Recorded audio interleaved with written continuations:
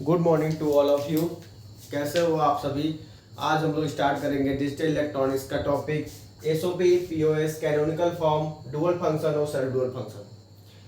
सबसे पहले हम बात करते हैं एसओपी के बारे में। एसओपी हमारा इसका फुल फॉर्म होता है सम ऑफ प्रोडक्ट।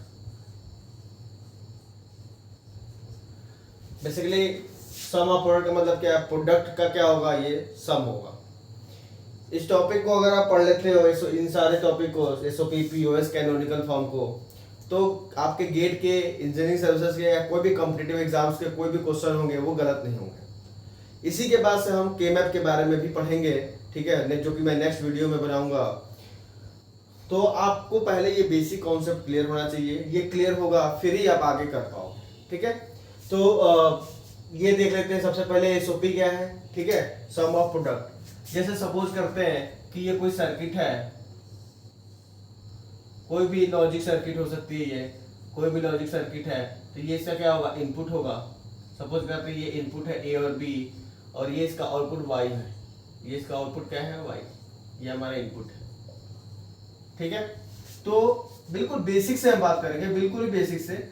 मैं ये मान के चल रहा हूँ आपको कुछ भी नहीं पता, मुझे पता है बहुत लोगों को पता होगा, लेकिन फिर भी मैं ये मान के चलता हूँ कि कुछ भी नहीं पता आपको, और फिर मैं आपको बताने की कोशिश करूंगा, ठीक है।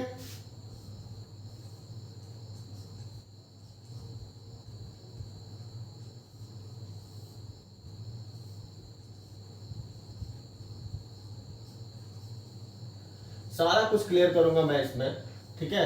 ये जो कुछ भी मैं लिखूंगा यहाँ पे, ये आप सब कुछ मैं एसओपी के लिए लिख रहा हूँ, ठीक है, ओके। अब देखो एसओपी क्या है, बेसिकली सम ऑफ प्रोडक्ट। अगर इनपुट है, दो इनपुट है, तो क्या हो सकता है कॉम्बिनेशन, या तो 0 0 होगा दोनों इनपुट, या तो 0 1 होगा, या तो 1 0 होगा, या फिर 1 1 होगा। यही पॉसिबिलिटी है, यही पॉसिबिलिटी है ना। अभी आउटपुट को रहने देते हैं। मान लेते हैं कि ये सर्किट है कि एंड गेट है, सॉरी और गेट मान लेता हूँ, और गेट मान लेता हूँ, ठीक है। मान लो जो सर्किट है और गेट की सर्किट है, तो बताओ आउटपुट क्या आएगा यहाँ पे।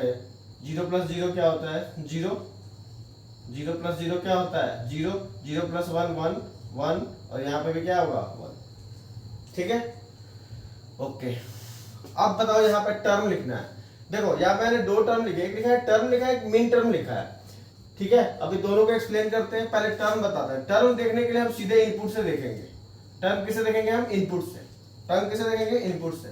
तो बताओ यहाँ पे एसओपी के केस में अगर ए की वैल्यू 0 है, तो उसे हम ए अगर किसके बराबर है, 0 के, एसओपी में अगर ए 0 है, डेट मीन्स इसको हम ए बार से लिखेंगे, और ए की वैल्यू अगर 1 है तो इसे हम ए लिखेंगे।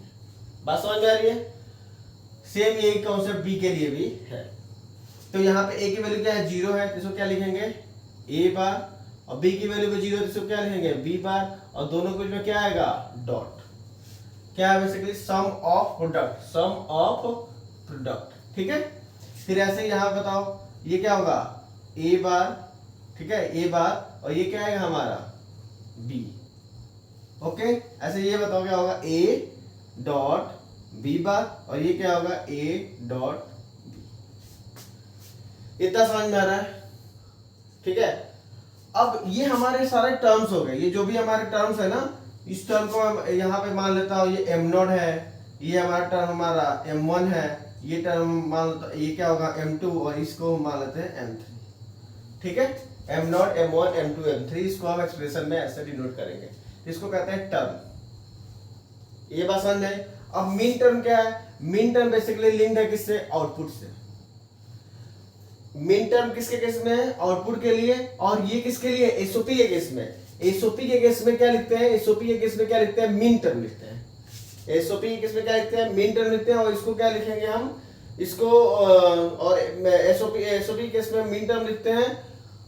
देखो अब यहाँ पे हम क्या करते हैं, किसको कंसीडर करते हैं, आउटपुट 1 को। जहां पे भी आउटपुट 1 आया है, जहां पे भी आउटपुट 1 है, सिर्फ और सिर्फ हम उसको देखेंगे। जहां पे भी आउटपुट 1 है, सिर्फ हम उस टर्म को लिखते हैं।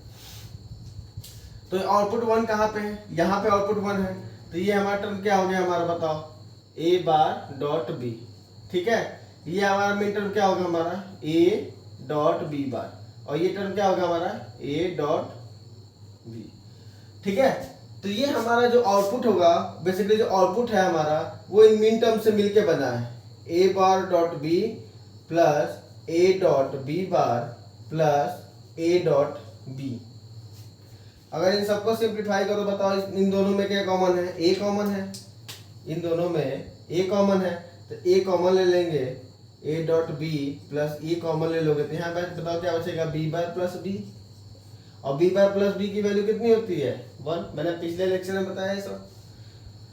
तो बताओ ए बार डॉट बी प्लस ए, अब ये यहाँ पे हम क्या करेंगे, डिस्ट्रीब्यूशन थ्योरम लगा देंगे।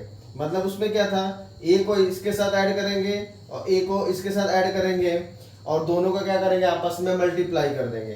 तो ये रिजल्ट क्या बनेगा हमारा, यहाँ पे देखो, A plus A bar dot A plus B. ठीक है, तो यहाँ पे हमारा ए प्लस ए बार क्या होता है, 1 होता है, ये हमारी वैल्यू किसके बराबर होगी, 1 के। तो आंसर क्या आ गया हमारा, रिजल्ट क्या आ गया, ए प्लस बी। ये किसका रिजल्ट है हमारा, ऑर गेट का। ठीक है, मैंने ऑर गेट माना था तो ये ऑर गेट आ गया। तो हमें क्या है कि ये याद रखना है, एसओपी के केस में मीन टर्म लेते हैं, और मीन टर्म कौन सा होगा, जहां पे आउटपुट की वैल्यू 1 होगी।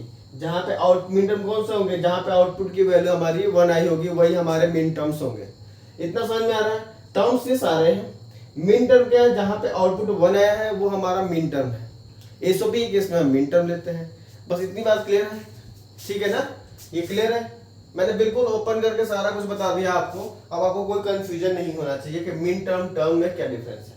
ओके, क्लियर है। अब बात करते हैं नेक्स्ट हम पीओएस के लिए। पीओएस के लिए बात कर लेते हैं।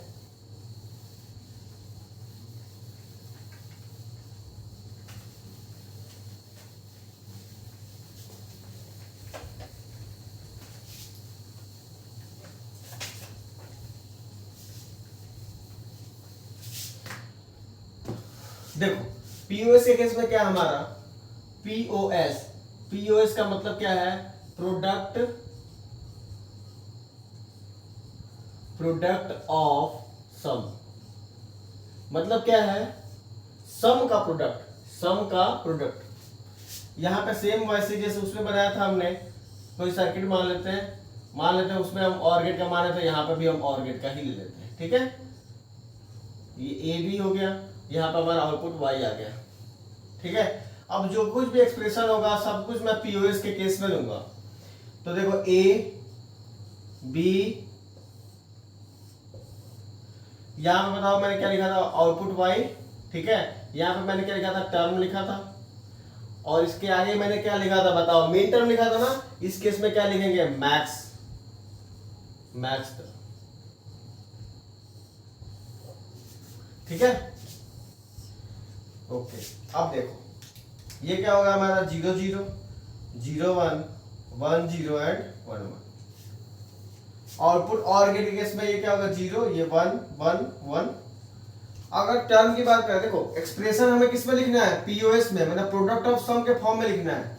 तो इसके लिए कॉन्सेप्ट क्या है कि अगर a की वैल्यू 0 होगी पीओएस के केस में, तो इसको हम a लिखेंगे, और a की वैल्यू अगर 1 होगी तो हम इसे क्या लिखेंगे, ए बार लिखेंगे। सेम यही बी के लिए है, और दोनों को क्या करेंगे, आपस में ऐड करेंगे, है ना। जैसे ए की वैल्यू यहाँ पर 0 है तो इसको क्या लिखेंगे, ए, और बी की वैल्यू 0 है इसको भी क्या लिखेंगे, बी, और दोनों क्या कर देंगे, जोड़ देंगे। ठीक है, ऐसे ही बताओ, यहाँ पे ए की वैल्यू को ए लिखेंगे, और बी की यहाँ पे बी की वैल्यू क्या है, 1 है, तो इसको क्या लिखेंगे, बी बार, और दोनों क्या करके ऐड कर देंगे। ऐसे ही बताओ, यहाँ पे ए बार, यहाँ पे क्या लिखेंगे, बी, और ये दोनों क्या करेंगे, ऐड कर देंगे। यहाँ बताओ क्या हो जाएगा, ए बार प्लस बी बार। एसओपी का जस्ट अपोजिट है पीओएस, है ना। और उसमें बार में लोगे तो ऑटोमेटिक वही आ जाएगा। खैर, अब देखो वहां पे आउटपुट किसको लिए थे, वहां पे आउटपुट लिए थे जहां पे आउटपुट की वैल्यू हमारी क्या आई थी, 1 आई थी। यहाँ पे आउटपुट किसको कंसीडर करोगे, मैक्स टर्म में, जहां पे वैल्यू क्या होगी, 0 होगी। जहां पे वैल्यू 0 होगी वहीं पे हम इसको लेते हैं। और इसको डिनोट किसे करेंगे, जब भी फंक्शन लिखेंगे पाई से लिखते हैं, उसमें लिखते हैं हम समेशन से, ठीक है। इसमें लिखेंगे हम पाई से, ठीक है। अभी मैं दोबारा बता दूंगा, एसओपी के केस में हम लिखते हैं समेशन से और इसमें लिखते हैं हम पाई से, ठीक है। ओके, तो इसमें पाई से लिख देते हैं। ओके, आउटपुट हमारा जीरो कहाँ पे है, आउटपुट जीरो कहाँ पे है, फिर यहीं पे है, ठीक है ना। तो एक्सप्रेशन क्या आ जाएगा, आउटपुट यहाँ पे जीरो है ना, तो एक्सप्रेशन क्या आ जाएगा, a प्लस बी। तो y इक्वल टू क्या आ जाएगा, a प्लस बी। तो एक बात आप कॉमन चीज क्या देख रहे हो कि हमने एसओपी से निकाला, आउटपुट क्या आया, a प्लस बी, सिंप्लीफाई करने के बाद आया। हमने पीओएस से निकाला, सिंप्लीफाई बिना सिंप्लीफाई के इजीली हमारा आंसर क्या आ गया, a प्लस बी, मतलब रिजल्ट तो सेम है। तो एक बात क्लियर है जो हमें नोट करके रखना है अपने कॉपी में, आप जहां पे भी लिखते हो आप लिख के रखो कि या एक्सप्रेशन कभी भी बदलेगा नहीं। बुलियन एक्सप्रेशन जो भी फाइनल एक्सप्रेशन है, चाहे आप एसओपी से सॉल्व करो, चाहे पीओएस से सॉल्व करो या फिर केमैप से सॉल्व करो, जो आउटपुट एक्सप्रेशन है फाइनल जो सिंप्लीफाइड होगा, सिंप्लीफाइड फॉर्म में आएगा, वो हमेशा सेम होगा, ठीक है ना। जो सिंप्लीफाइड फॉर्म में होगा आंसर वो हमेशा ही सेम होगा, चाहे आप एसओपी से निकालो, चाहे पीओएस से निकालो या केमैप से निकालो, सारे केस में सेम आउटपुट आएगा, सेम एक्सप्रेशन आएगा। ओके, अगर नहीं आ रहा तो मतलब कहीं ना कहीं आप गलत कर रहे हो, एक बात तो ये। दूसरा हमें क्या याद रखना है, एग्जाम में कैसे करना है, ठीक है।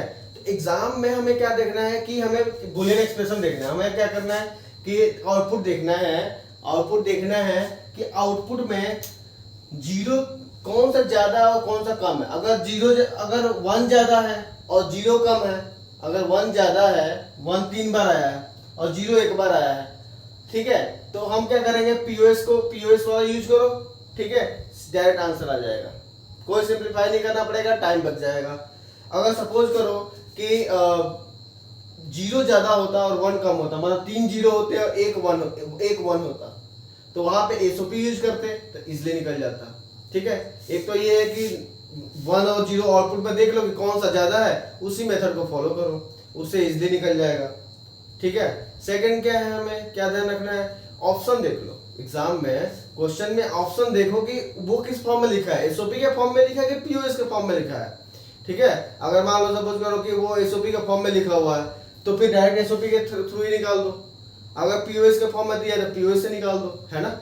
हो सकता है कि वो बीच वाला ही कोई रिजल्ट दे रहा हो, ये भी हो सकता है, ठीक है। तो हम क्या कर सकते हैं कि ऑप्शन को भी एक बार जज कर लेंगे कि ऑप्शन में कैसा पूछ रहा है, उसके अकॉर्डिंग हम अप्लाई करेंगे। तो हम चाहे एसओपी से यूज करें चाहे पीओएस से यूज करें, हमेशा रिजल्ट क्या आएगा, सेम आएगा, ठीक है। ये बात समझ में आ गई। तो ये है हमारा पूरा एसओपी और पीओएस के बारे में, ठीक है। बहुत ही सिंपल लैंग्वेज में आपको समझ में आ रहा होगा ये, है ना। मैं कोशिश किया हूँ कि आपको बिल्कुल ही अच्छे समझ में आ जाए। अगर आपको समझ में आ रहा है तो प्लीज़ मुझे लाइक करके या फिर कमेंट करके आप बता सकते हो कि आपको समझ में आ रहा है, ठीक है। अच्छा, एक बात और, अगर आप पढ़ाई करते हो यूट्यूब से या फिर कहीं से भी पढ़ाई करते हो, ठीक है, या फिर मेरे चैनल से पढ़ रहे हो या कहीं से ही पढ़ रहे हो, तो आप प्लीज़ एक काम किया करो, केवल लेक्चर सुना मत करो, उसको ना साथ साथ में नोट डाउन किया करो। अगर नोट डाउन करोगे तो ही फायदा है, क्योंकि लोग कहते हैं ना पढ़ाई लिखाई करना है, तो पढ़ाई केवल नहीं होती है, पढ़ाई के साथ जब लिखाई करोगे तभी वो फायदा करेगा, ठीक है ना। अगर जो दोनों पढ़ना और साथ में लिखना तभी वो उसका रिजल्ट है। अगर आप केवल पढ़ रहे हो तो उसका कोई फायदा नहीं होगा, आपको लास्ट में रिजल्ट उसका 0 ही रहेगा, ठीक है ना। जहाँ तक मेरा एक्सपीरियंस है वो तो यही रहा है, ठीक है। तो आप प्लीज अगर आप पढ़ रहे हो तो उसको साथ साथ में लिखा भी करो, कहाँ से पढ़ रहे हो, कैसे पढ़ रहे हो, है ना, सारा कुछ लिख के रखा करो। तो ये हो गया प्रोडक्ट ऑफ सम हो गया। अब हम कैनोनिकल फॉर्म के बारे में बात करेंगे, ठीक है। जैसे कैनोनिकल फॉर्म हमारा बेसिकली क्या है कि कोई मान लो कि कोई फंक्शन है, ठीक है, तो फंक्शन है 3 वेरिएबल का फंक्शन है, और हमने जब सिंप्लीफाई करा तो उसमें दो ही एक्सप्रेशन है। सपोज करो कि हमारा ये एग्जांपल है f of a b c, मतलब ये जो लिखने का मतलब क्या है कि 3 वेरिएबल फंक्शन है ना। इसका जो रिजल्ट आ रहा है वो आ रहा है ab प्लस bc, ये हमने ऐसे एग्जांपल ले लिया। तो हमें देखो कैनोनिकल फॉर्म में अगर कैनोनिकल फॉर्म की बात करेंगे तो कैनोनिकल में क्या है, हमारे अगर 3 वेरिएबल है तो जो टर्म होगा वो भी 3 वेरिएबल का होना चाहिए। मतलब अगर फंक्शन 3 वेरिएबल का है तो टर्म भी 3 वेरिएबल का ही होना चाहिए, ठीक है ना। कैनोनिकल केस में क्या है, कई बार गेट में सीधे पूछा होगा कि इस टर्म को कैनोनिकल फॉर्म में बताओ क्या होगा, है ना। तो हमें जब तक ये नहीं पता होगा हम कर नहीं पाएंगे। तो इसका मैं 2 मेथड बताऊंगा। एक तो लेंदी मेथड है, उसका क्या है कि हमें बेसिक समझने के लिए, और दूसरा जो हमें एग्जाम में यूज करना है, जो भी गेट हो या फिर आप कोई पीएसयू का एग्जाम देते हो वहां पे यूज करने के लिए बताऊंगा, ठीक है। वो शॉर्टकट है, वही हमें यूज करना है, लेकिन हमें बेसिक जानना जरूरी है। तो ये हमारा देखो यहाँ पे क्या है, यहाँ पे क्या मिसिंग है, सी मिसिंग है, और यहाँ पे क्या मिसिंग है, ए मिसिंग है, ठीक है। तो कैनोनिकल फॉर्म में अगर इसको लिखना है तो हम कैसे लिखेंगे बताओ। इसे हम ऐसे लिख सकते हैं, A B into C into 1 कर सकते हैं, या फिर यहाँ पे क्या 1 इंटू बी सी। इससे कोई रिजल्ट में कोई फर्क नहीं पड़ेगा, है ना। या फिर ऐसे लिख लो, ए बी 1 को क्या लिख सकते हो, क्या मिसिंग है, सी, तो सी प्लस सी बार लिख लो, है ना। और यहाँ पे क्या मिसिंग है, ए, तो यहाँ क्या लिखो, ए plus A bar. A plus A बार की वैल्यू कितनी होती है, 1, ठीक है। अब इसको क्या करो, ब्रैकेट ओपन कर लो, तो A B C plus A B C bar. यहाँ पे बताओ A B C plus A bar B C.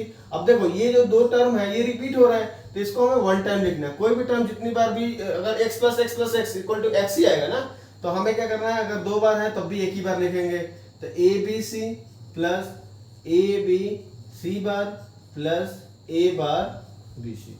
तो ये जो फॉर्म है हमारा, ये जो फॉर्म जो लिखा हुआ है, ये हमारा बेसिकली क्या है, कैनोनिकल है, कैनोनिकल फॉर्म है, ठीक है। तो ये मेथड है। इस क्वेश्चन में तो चलो हमने इसे निकाला, लेकिन कुछ एक्सप्रेशन ऐसे आएंगे जिसमें निकालना बहुत मुश्किल होगा। तो हम एग्जाम पॉइंट ऑफ व्यू से हम इस मेथड को नहीं करते हैं, हम इसके लिए दूसरा मेथड यूज करते हैं। उस मेथड से हम इसे दोबारा देखेंगे, ठीक है। इसी क्वेश्चन को हम दोबारा दूसरे मेथड से करके देखते हैं। हमें उसी को ही फॉलो करना है, चाहे गेट का एग्जाम आप दे रहे हो, है ना, तो उसमें आपको इसी को फॉलो करना है, किसी और मेथड को यूज नहीं करना है। हमें क्या करना है, सिंपल, जो भी जितने वेरिएबल हैं, 3 वेरिएबल है, तीनों वेरिएबल यहाँ पे लिख लो, और जो टर्म दे रखा है उसको यहाँ लिख लो, ठीक है। ये बेसिकली क्या है, मीन टर्म है, इस फॉर्म में लिखा है तो मीन टर्म हो गया, है ना। तो इस टर्म को यहाँ लिख लो, ठीक है। अब बताओ, यहाँ पे ए प्रेजेंट है तो 1, बी प्रेजेंट है तो 1, ठीक है। मतलब ए और बी का मतलब ए, यहाँ पे ए बी बार में नहीं है, इसलिए 1 1 लिख रहा हूँ, ठीक है, समझ रहे हो ना। और यहाँ पे सी की वैल्यू क्या है ही नहीं, तो सी की वैल्यू या तो 0 हो सकती है तो 1 हो सकती है, यहाँ पे क्रॉस लगा दिए, ठीक है। एक बार 0 कंसीडर कर लेंगे और एक बार 1 कंसीडर कर लेंगे। यहाँ पर तो ए मिसिंग है तो क्रॉस लगा दो, जो मिसिंग है वहां क्रॉस लगा दो, बी और सी। अब बताओ, अगर सपोज करो 1 1 0 1 1 0, ये किसके बराबर है, 6 के, तो इसे m6 लिखेंगे, टर्म साइज 6 हो गया, है ना। अगर 1 1 1 होगा तो इसे क्या लिखेंगे, m7, ये वैल्यू कितने बराबर है, 7 के, तो 7 हो गया। ऐसे ही बताओ 0 1 1 0 1 किसके बराबर, 3 के बराबर है। अच्छा, और यहाँ पे वैल्यू क्या होगी, 0 हो गई या 1 होगी, 1 1 1, ये क्या हो गया, m7। तो देखो ये 2 रिपीट हो रहे हैं, तो एक ही बार लिखेंगे इसको, है ना। तो हमारे वो जो टर्म हो गया सब में से, ये किस में है, हमारा एसओपी के फॉर्म में लिखा है, सम ऑफ प्रोडक्ट के फॉर्म में लिखा है, इसलिए हम क्या करेंगे, मीन टर्म लिखेंगे। मीन टर्म क्या आएगा हमारा, 3 6 7। तो ये हमारे कैनोनिकल फॉर्म में एक्सप्रेशन आ जाएगा। बात समझ में आ गई, ये समझ में आ गया, ठीक है, ओके। तो ये इस तरह से हमें क्या करना है, कोई भी एक्सप्रेशन है उसको हमें सॉल्व करना है। अब देख लो, बहुत इजी है। अब देखो नेक्स्ट क्वेश्चन हमारा ये है, A B plus B bar C. अब इसको हम सॉल्व करेंगे।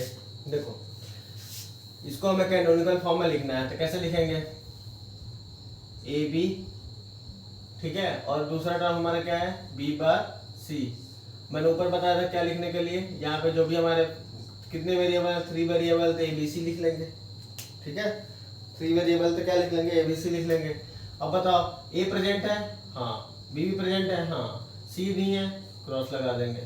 यहाँ पे बताओ, ए प्रेजेंट है, नहीं, क्रॉस हो गया। बी के यहाँ पे क्या है, बी बार है, तो बी बार के लिए क्या आएगा, 0, और सी है तो हमारा क्या आएगा, हमारे यहाँ पे 1, ठीक है। अब इसको लिखो, तो बताओ, अगर यहाँ पे 0 होता है कौन सा टर्म आता, M6 आता, और यहाँ पे 1 होता तो कौन सा टर्म आता, M7 आता, है ना। अब बताओ यहाँ पर अगर 0 होगा तो क्या आएगा, M1, ठीक है, और यहाँ पर अगर 1 होगा तो क्या आएगा, M5। ये बात समझ में आ रही है। तो बताओ इसका मीन टर्म हमारा क्या आएगा, ये एसओपी के फॉर्म में है, तो मीन टर्म क्या होगा हमारा 1 5 6 7। और इसके बाद जो अगर इसी का हमें मैक्स टर्म लिखना हो, ये हमारा क्या है, मीन टर्म, ठीक है ना। अगर इसी का मैक्स टर्म लिखना हो, हमें मैक्स टर्म लिखना हो, तो मैक्स टर्म बेसिकली हमारा क्या होगा, मीन टर्म के बाद जो भी बचेगा, ठीक है। मीन टर्म ये क्या बता रहा है कि इन पोजीशन पे वैल्यू हमारी क्या है, आउटपुट हमारा क्या है, 1 है। तो बाकी जो रिमेनिंग जगह पे क्या होगा, 0 होगा। तो जहां पर 0 होगा वो क्या होगा, हमारा मैक्स टर्म होगा। तो जो हमारा बताओ मैक्स टर्म के लिए क्या लिखेंगे हम, 0, ठीक है, 2 3 4 और 5 6 7 तो उसमें है। बात समझ में आई, बात समझ में आ गई है। तो ये हमारा ये हमारा एक्सप्रेशन आ जाएगा। क्लियर है, समझ में आया इतना। तो ये इस तरह से हमें क्या करना है, क्वेश्चन को सॉल्व करना है। आजकल गेट में फिल इन द ब्लैंक्स वाले क्वेश्चन आते हैं, ठीक है। तो जैसे क्वेश्चन है when all minterms are added result is, ठीक है। अगर सारे मीन टर्म्स को हम ऐड करते हैं तो रिजल्ट क्या होगा वो हमें बताना है।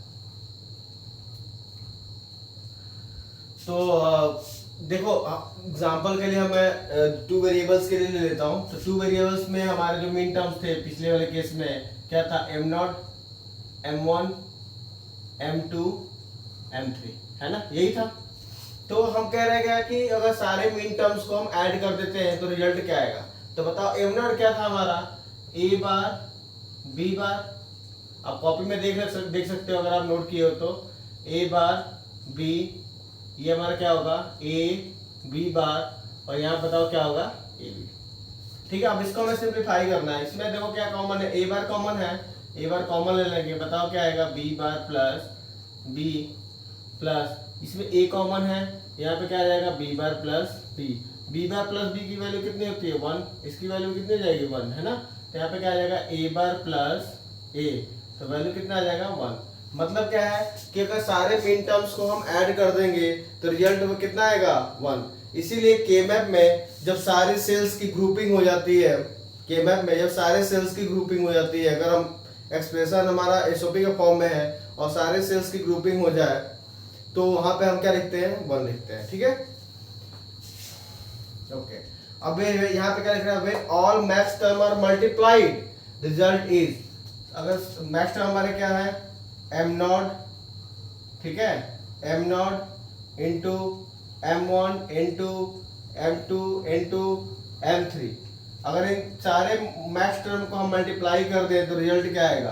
तो बताओ m0 क्या था हमारा, a प्लस बी डॉट, यहाँ पे बताओ क्या था, a plus B bar dot a bar plus b dot a bar plus b bar. आप पीछे देख सकते हो, वीडियो पॉज या तो पीछे वीडियो में जाकर देख लो या फिर वैसे देख लो, है ना, कॉपी में नोट किए वहां पे देख लो। इसलिए नोट करना बहुत जरूरी है। अब हमें इसको सिंप्लीफाई करना है, ठीक है। तो देखो इसको एक्सपेंड कर लेते हैं, दो सेल्स को एक साथ में एक्सपेंड कर लो। तो बताओ देखो क्या आ जाएगा, a into A plus a into B bar plus A B, B dot B bar क्या होगा, b डॉट बी बार हमारा क्या होगा, 0, ठीक है, डॉट। इसे कर लेते हैं a bar dot a bar plus a bar dot b bar plus यहाँ पे क्या आ जाएगा, b dot a bar plus b dot b बार। ये वैल्यू क्या हो गई, 0। ओके, अब देखो इन सब में क्या कॉमन है, a, तो a कॉमन है 1 प्लस b बार प्लस b प्लस 0 कोई मतलब नहीं है, ठीक है, डॉट। यहाँ पे बताओ क्या कॉमन है, a bar a bar a बार, यहाँ पे a बार कॉमन आ जाएगा, है ना। यहाँ पे क्या बचेगा बताओ, 1 प्लस b बार प्लस b। तो 1 में कोई भी ऐड करेंगे वैल्यू 1 ही आएगी, तो ये पूरी वैल्यू क्या हो जाएगी, 1, ठीक है। ये पूरी वैल्यू सेल की वैल्यू क्या हो जाएगी, 1। यहाँ पे क्या आ जाएगा बताओ, a dot a bar equal to क्या आएगा, 0। मतलब क्या है कि अगर हम सारे मैक्स टर्म को मल्टीप्लाई कर दें तो रिजल्ट हमारा क्या होगा, 0 होगा। ठीक है, मतलब कोई अगर कोई हमारा केमैप है, अगर केमैप में हम सारे सेल्स की ग्रुपिंग कर दें और जो हम केमैप में हम जो एक्सप्रेशन लिखे हुए पीओएस के फॉर्म में अगर लिखे हैं तो रिजल्ट क्या आएगा हमारा, 0 आएगा। ये हमें दो बातें याद रखनी है, अगर मीन टर्म को हम ऐड कर देंगे तो रिजल्ट हमारा 1 होगा, मैक्स टर्म को मल्टीप्लाई कर देंगे तो रिजल्ट हमारा 0 होगा। इतनी बात समझ में आ रही है? ठीक है, अब हमें नेक्स्ट टॉपिक जो पढ़ना है वो पढ़ना है कैनोनिकल फॉर्म। तो कैनोनिकल फॉर्म तो हमने पढ़ लिया। अब हमें पढ़ना है, ये हमारे 3 टॉपिक हो गए। ठीक है, अब हमें पढ़ना है डुअल फंक्शन। डुअल फंक्शन में अगर देखा जाए तो सबसे पहले डुअल फंक्शन को पढ़ने से पहले हमें फंक्शन के बारे में पता होना चाहिए। ठीक है, कोई भी हमारा बुलियन अगर कोई भी बुलियन एक्सप्रेशन है या बुलियन फंक्शन है तो उसकी पॉसिबिलिटीज कितनी है फंक्शन बनने की, मतलब क्या क्या पॉसिबिलिटी है, वो सारे उसके बारे में यहाँ पे बात करेंगे। सपोज करो कोई सर्किट है, कोई भी सर्किट है, ठीक है, अब उसकी 2 इनपुट्स है ए और बी। ठीक है, यहाँ पे आउटपुट होगा, तो ये डिपेंड करेगा कि सर्किटरी हमारा कैसा है। और गेट के लिए अलग आएगा, एंड के लिए अलग, नैंड के लिए अलग, इसके अलावा भी बहुत सारे हो सकते हैं। तो इसके अलावा जो बहुत सारे होंगे वो कितने होंगे उसके बारे में जानने के लिए हम यहाँ पे बता रहे हैं कि फंक्शन हमारा कितना बनेगा। जैसे अगर नॉर्मली जो फॉर्मूले की बात करें तो फॉर्मूला होता है 2 to the power n। अगर हमें कोई हमारा n वेरिएबल, अगर इनपुट हमारा n है तो जो हमारा फंक्शन बनेगा वो 2 to the power n बनेगा। ठीक है, फॉर n इनपुट जो हमारा फंक्शन बनेगा वो हमारा क्या होगा, नंबर ऑफ फंक्शन कितने होंगे, नंबर ऑफ फंक्शन कितने होंगे हमारे 2 to the power n। हमें ये फॉर्मूला याद रखना है एक तो। ठीक है, अब वो कैसे होगा, सपोज करो कि इस केस में हमारा अगर n की वैल्यू कितनी है 2 है तो बताओ 2 to the power, यहाँ बताओ कितने फंक्शन बनेंगे, number of function equal to 2 to the power 2। ये बताओ कितना आ गया 2 to the power 4, कितना आ गया 16, मतलब 16 फंक्शन बनेंगे। मतलब क्या है कि f0 एक फंक्शन होगा, f1 एक फंक्शन होगा, f2 एक फंक्शन होगा, f3, f4, f5,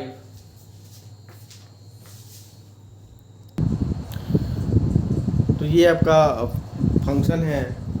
अगर हम 2 वेरिएबल लेंगे इनपुट तो उससे हमारे 16 मैक्सिमम फंक्शन बन सकते हैं। या तो चारों 0 होंगे, या तो 0 0 0 1 होगा, या तो 0 0 1 0 होगा, या 0 0 1 1 होगा, या 0 1 0 0 होगा, 0 1 0 1, 0 1 1 0, 0 1 1 1, 1 0 0 0, 1 0 0 1, 1 0 1 0, 1 0 1 1, 1 1 0 0, 1 1 0 1, 1 1 1 0 एंड 1 1 1 1। तो ये हमारे पॉसिबिलिटी है।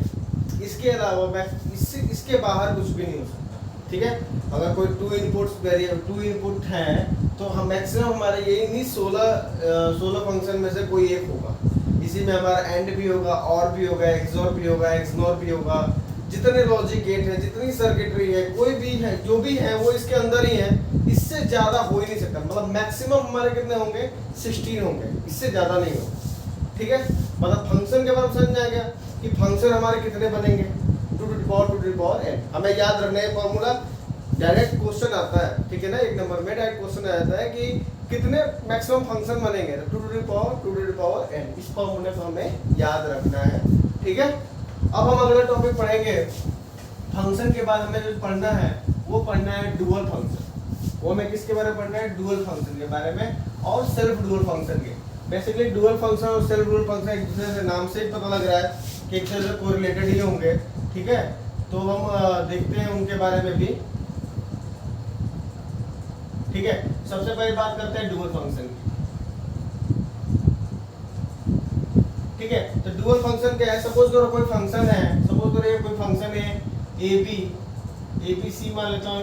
ठीक है, ABC या फिर 2 वेरिएबल है तो AB मान लेते हैं। ठीक है, 2 वेरिएबल यहाँ पे लेके चल रहे हैं। सपोज करो ये हमारा क्या है, 2 वेरिएबल फंक्शन है हमारा AB।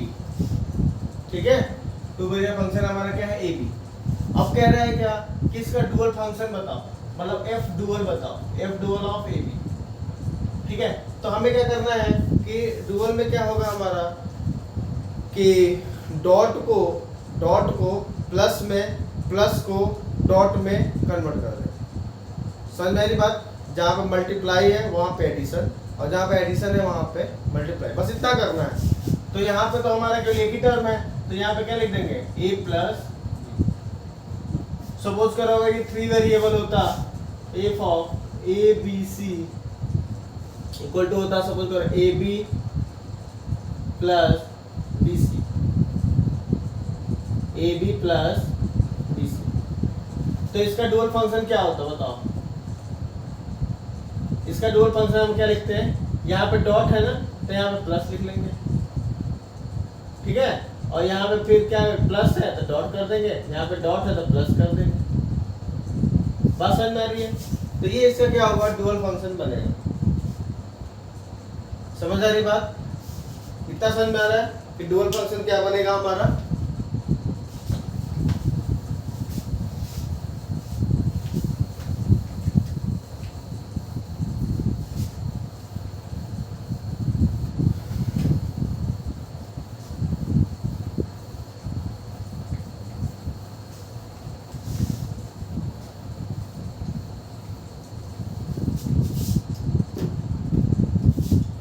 ठीक है, डुअल फंक्शन समझ में आ रहा है? अब सपोज करो अगर इसको मैं इसका सर्किट बनाऊं तो ये बेसिकली क्या है हमारा, ए बी है ना, और ये हमारा क्या है,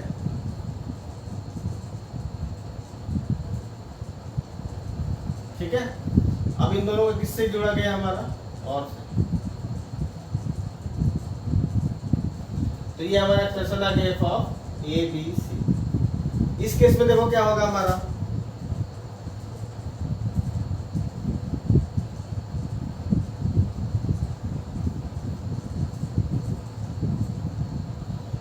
इन दोनों को किससे करा गया है हमारा, एंड गेट से। यहाँ पे आ गया F dual of A B C. तो यहाँ पे हमें देखिए क्या समझ में आ रहा है कि एंड को और से और को एंड से रिप्लेस किया गया है।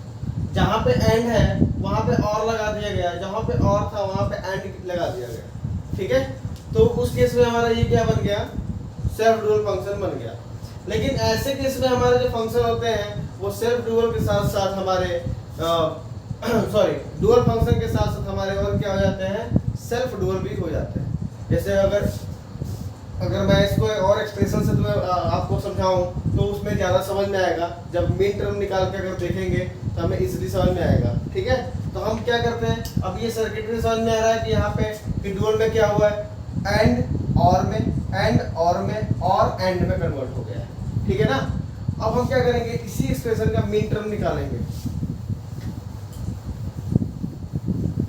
इस एक्सप्रेशन का करेंगे मिड टर्म निकालेंगे। सपोज करो यहाँ पे हमारा F of A B C है, A B plus B C. इसका मेन टर्म 3 वेरिएबल है, तो यहाँ पे क्या आएगा ए बी, सॉरी यहाँ पे हम क्या लिखेंगे, वेरिएबल लिखेंगे, यहाँ पे हम टर्म लिखेंगे ए बी, और यहाँ पे बी सी, यहाँ पे 1 1 क्रॉस, यहाँ पे क्या क्रॉस 1 1। ये बताओ वैल्यू कितनी हो जाएगी, m6 m7, और यहाँ पे m3 m7। तो यहाँ पे जो मीन टर्म आएगा वो क्या आएगा, min term of F of A B C. बताओ क्या आएगा हमारा 3 6 7। ओके, ऐसे ही अगर हम एफ अगर डुअल के निकालते हैं, अगर डुअल फंक्शन के लिए निकालते हैं तो बताओ ये इसके लिए क्या है, हमारा वेरिएबल हमारा ए बी सी है, और जो टर्म है हमारे क्या है, ए प्लस बी और बी प्लस सी। ए प्लस बी देखो, अब यहाँ पे हमारा जो भी एक्सप्रेशन लिया है किसमें लिखा है, पीओएस के फॉर्म में। तो ए और बी हमारा यहाँ पे हाई कब होगा, जब वैल्यू 0 होगी। तो यहाँ पे हमारी वैल्यू क्या होगी, ए की वैल्यू 0 होगी, बी की वैल्यू 0 होगी, ये क्रॉस होगी। समझ आ रही बात ना, यहाँ पे ए मिसिंग है तो ये क्रॉस होगा, और यहाँ पे क्या आएगा, ये बात क्लियर है, इसमें कभी कंफ्यूज मत होना, है ना। उस वाले में ए लिखा है मतलब 1 लिखते थे, लेकिन यहाँ पे हम 0 लिखते हैं। ठीक है ना, ये कंफ्यूज मत होना। यहाँ बताओ एम नॉट और क्या होगा M1 मैक्स टर्म आएगा यहाँ पे, ठीक है। यहाँ पे क्या आएगा हमारा M नॉट और क्या आएगा हमारा M4। तो बताओ मैक्स टर्म क्या आ गया 0 1 4। समझ आ रही बात। अच्छा अगर इसके इस केस में अगर मैक्स टर्म लिखो तो क्या आएगा हमारा मैक्स टर्म हमारा, बताओ क्या आएगा हमारा, जो भी रिमेनिंग बच गया वही तो मैक्स टर्म होगा। तो मैक्स टर्म क्या होगा 0 1 2 3 तो है 4, 0 1 2 3 और ये क्या आएगा हमारा 5, ठीक है। इस केस में हम लिखेंगे, इस केस में अगर मीन टर्म लिखेंगे तो क्या आएगा हमारा, बताओ 0 है यहाँ पे क्या आएगा 2, ठीक है, और 1 है 0 1 हो गया 2 हो गया 3 4 नहीं 4 है 5 6 7, ठीक है। तो ये हमारे क्या है, ये हमारे फंक्शन है जिनके, और ये इस तरह से हम क्या करते हैं कि टर्म्स निकालते हैं। इतना क्लियर है, ये हमारे फंक्शन हो गए और इसके हम कैसे कैसे टर्म निकाल रहे हैं, बोलो इतना क्लियर है ना।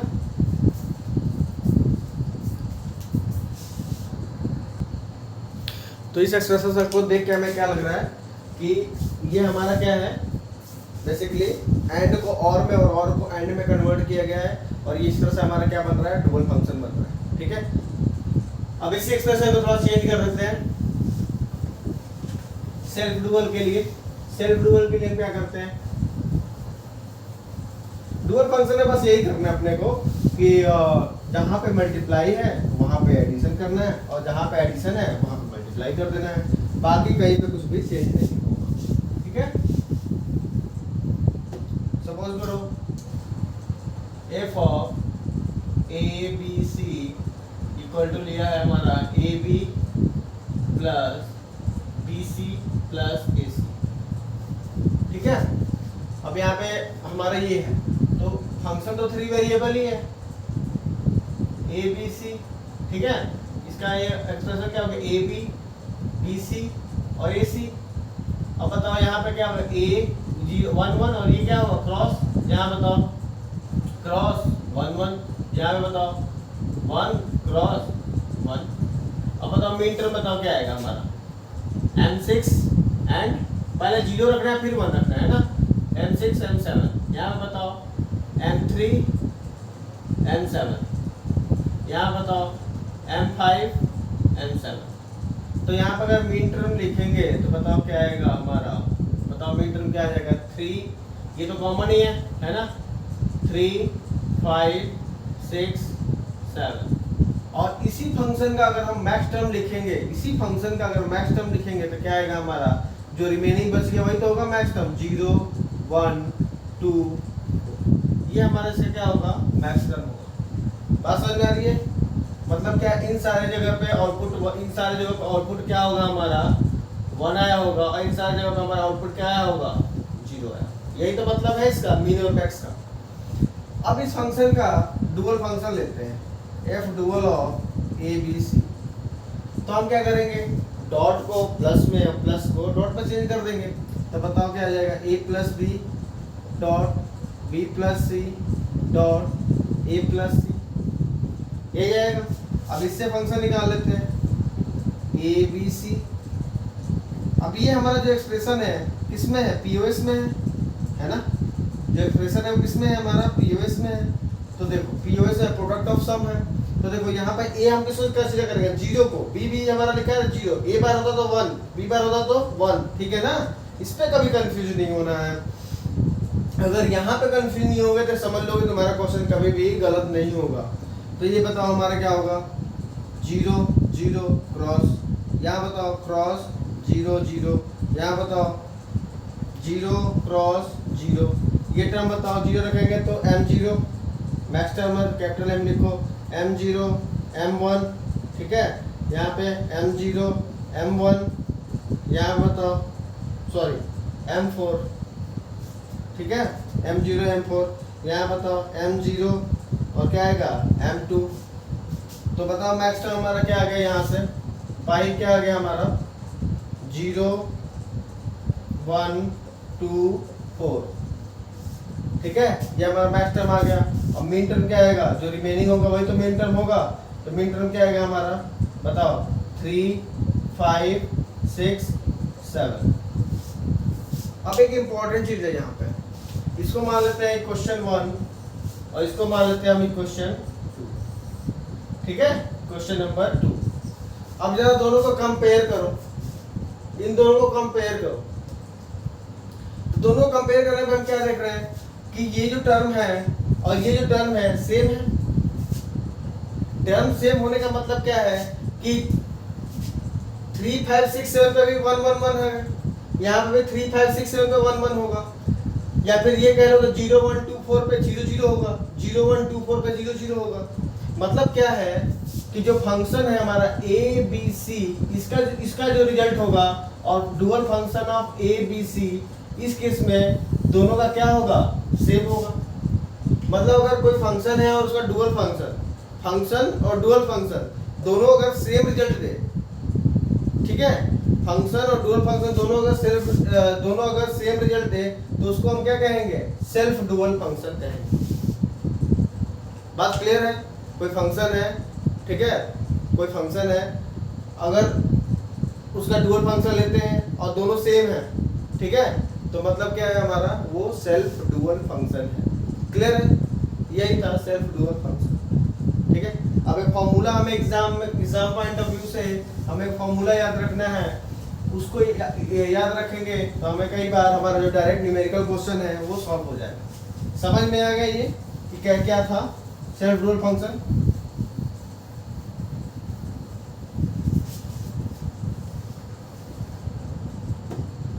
अब देखो, पहली बात तो ये है कि हमें एक बात याद रखनी है कि सेल्फ डुअल फंक्शन की पॉसिबिलिटी कहाँ कहाँ पे है, ठीक है। सेल्फ डुअल फंक्शन की पॉसिबिलिटी जहाँ पे mean term equal to max term हो जाए, मतलब अगर 4 मीन टर्म है तो 4 ही मैक्स होगा, या फिर 2 मीन है तो 2 मैक्स है, ठीक है। अगर min term equal to max term है, वहाँ पे चांसेस बनेंगे कि वहाँ पे सेल्फ डुअल हो सकता है, फंक्शन सेल्फ डुअल हो सकता है। चांसेस, गारंटी नहीं है, चांसेस पॉसिबिलिटी है, हो भी सकता है नहीं भी हो सकता है। लेकिन जहाँ पे mean term does not equal to max term है, mean term is not equal to, या फिर max term is not equal to mean term, वहाँ पे सेल्फ डुअल नहीं होगा। जैसे इससे पहले वाले क्वेश्चन में हमारा मीन टर्म एक में 3 था और मैक्स टर्म 5 था, तो वहाँ पे कैसे भी पॉसिबल नहीं था कि वो सेल्फ डुअल होगा, ठीक है। लेकिन अगर min term equal to max term होगा तो 100% नहीं, चांसेस है वहाँ पे कि सेल्फ डुअल फंक्शन होगा। तो फॉर्मूला हमें क्या निकालते हैं, जो हम फॉर्मूला होता है for self number of self dual function, maximum number of self dual function equal to होता है 2 टू द पावर n -1, ठीक है, 2 to the power n -1। Maximum number of function कितने होते हैं, मैक्सिमम नंबर ऑफ फंक्शन मेरे पास formula पता है 2 टू द पावर n। अच्छा, अगर n इक्वल टू 2 पुट कर दें तो बताओ फंक्शन हो गया हमारा 2 टू द पावर n, ठीक है। तो ये हमारे 2 टू द पावर कितने हो गए, 4, दैट मींस 16 हो गए। और सेल्फ डुअल फंक्शन कितने होंगे हमारे, 2 टू द पावर n -1, मतलब 2 - 1, दैट मींस क्या हो गया 2 to the power 2, that means क्या हो गया 4। तो नॉन सेल्फ डुअल फंक्शन कितने हो गए, नॉन सेल्फ डुअल फंक्शन बताओ, माइनस कर देंगे 2 to the power n minus 2 to the power n -1, that means for 2 variable कितना हो जाएगा 16 - 4 कितना हो जाएगा हमारा 12। मैक्सिमम इतने हो सकते हैं, इससे समझ रहे हो ना, मैक्सिमम इतने हो सकते हैं हमारे। जो हमारा सेल्फ डुअल फंक्शन है मैक्सिमम 4 हो सकता है, इससे ज़्यादा नहीं होगा, ठीक है। मैक्सिमम ये जो सेल्फ डुअल फंक्शन है मैक्सिमम 4 हो सकता है। बात क्लियर है, समझ में आ रहा है? तो ये अब तक का टॉपिक था हमारा dual function, self dual function. इसके बाद जो नेक्स्ट टॉपिक होगा हमारा के मैप से रिलेटेड होगा। मैं आपको के मैप के बारे में सारा कुछ बताऊंगा कि के मैप की ग्रुपिंग कैसे करते हैं, बिल्कुल बेसिक से कि के मैप की ग्रुपिंग कैसे करते हैं, कैसे हम ग्रे कोड का उसमें यूज किए हुए हैं, क्यों किए हुए हैं ग्रे कोड का यूज, है ना। सारा कुछ मैं बताऊंगा, बिल्कुल बेसिक से लेके जहां तक आप क्वेश्चन लगाओगे कोई भी गेट का या फिर इंजीनियरिंग सर्विसेज का या किसी भी कॉम्पिटिटिव एग्जाम का, 100% मैं दावे के साथ कहता हूं कि आपका वो क्वेश्चन सॉल्व हो जाएगा। तो इसके लिए आप मेरा केप मैप वाला वीडियो जरूर देखना, ठीक है। इस वाले टॉपिक में तो बस इतना ही है, ठीक है। आप इसको देखो ध्यान से। तब तक के लिए thank you so much for watching my video. Please like share and subscribe my channel.